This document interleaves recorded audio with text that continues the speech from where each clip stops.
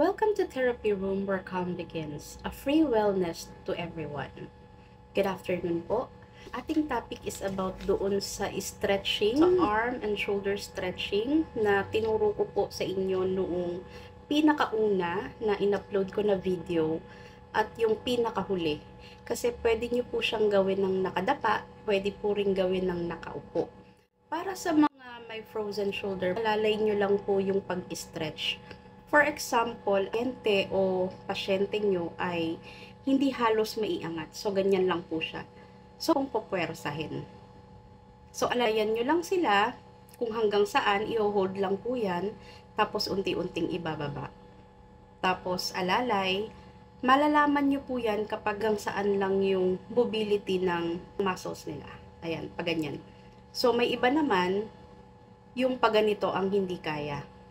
So, aalamin nyo po, una sa lahat, kung may surgery po ba silang pinagdaanan 3 months ago or meron silang injury bago nyo po gawin yung stretching.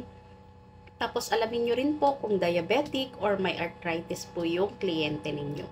So, wag po basta-basta gagawin ang technique na yon kung nakapaloob po doon yung mga nabanggit ko po. So, kung may mga chronic pain po talaga. O kapag hindi severe yung frozen shoulder nila. So, kapag stiff yung muscle, siguro yung overwork, pagod na pagod, ayan po, pwede po natin gawin yon. Dahil po, kapag ang isang tao ay may severe frozen shoulder, kailangan muna nating alamin kung naoperahan ba sila for the past 3 months, lalo na kapag major surgery for the past 6 months po. Pero kung wala naman at dahil lang naman sa siguro overwork tapos feeling nyo frozen na talaga yung shoulder nyo, pwede nyo pong gawin yon. Pero make sure wag nyo pong bibiglain. Tandaan nyo po lagi mag-warm up po muna kayo. So pwede nyo po munang iangat-angat. Paunti-unti yung kamay nyo sideways pa ganyan. Yan, ganyan. Kapag masakit, i-hold lang po ng 30 seconds. Yung nanonood nito ay gagawin sa pamilya nila, sa kaibigan nila, or kung therapist kayo at may kliyente kayo na may ganitong sitwasyon, pwede nyo pong sundin yung nasa video. Importante nyo pong malaman yon bago nyo gawin yung technique. Kasi nga po, nakasalalay sa inyo yung mararamdaman nila. So, gawin nyo po ito ng may buong puso. Huwag lang po yung basta ginawa ninyo, no? So, dahan-dahan lang po at laging ipaalala sa mga kliyente ninyo na huwag pipigilan yung kanilang paghinga. So, kailangan huminga sila ng malalim, mag-exhale po. Kasi para po maiwasan yung muscle strain.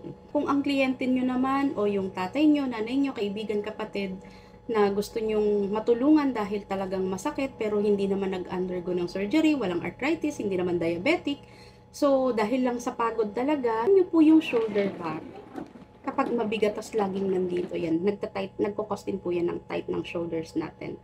Yung mga driver, yung rider natin, yung mga nagdadrive ng jeep, bus, o kung ano man yung dinadrive nila. Lahat po kasi ng pagod dito sa kamay natin, konektado po yan. So, bawat lakas natin, konektado po yan sa shoulders at saka sa back natin. Yung connected muscles po ng shoulder natin is ito. Bakit? Kapag lagi ka rin pong nakaganon, nakaslouch. So, yung neck natin, ayan po yung muscles ng neck, connected siya dito. So, kapag sobrang stiff na ng muscles natin sa back, nagiging tight na rin po yung muscles ng neck. So, napapagod yung muscles natin. So, may tendency sumakit yung ulo natin.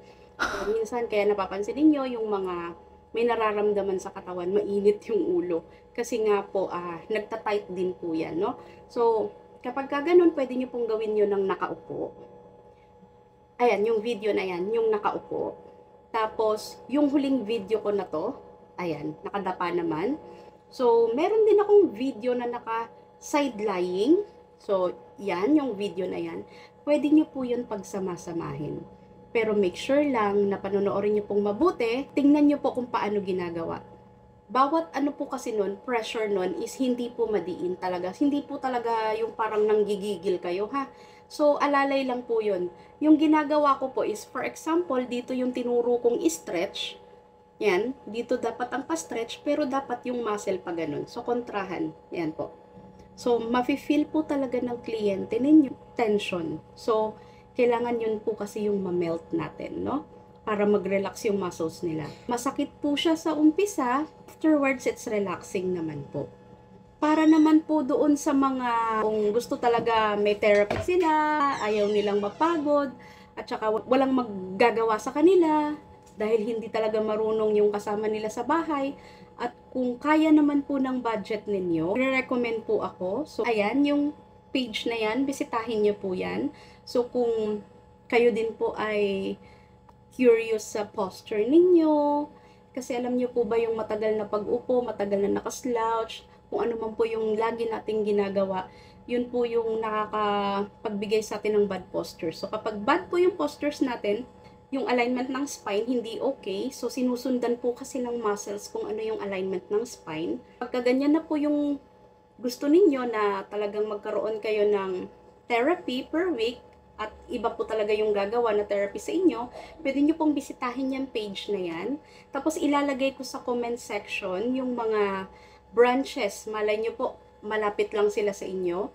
Mas maganda pong tumawag muna kayo, magtanong po muna kayo, tapos mas magandang magpa-reserve po muna kayo. Para, kasi minsan sa sobrang dami, baka mamaya pagpunta nyo doon is walang available. Sayang yung oras ninyo na mag-aantay po kayo. Sana po may natutunan po kayo. That's all for today's video. Don't forget to follow, like, and share our therapy room page for more video tutorials. Thank you for watching. Bye!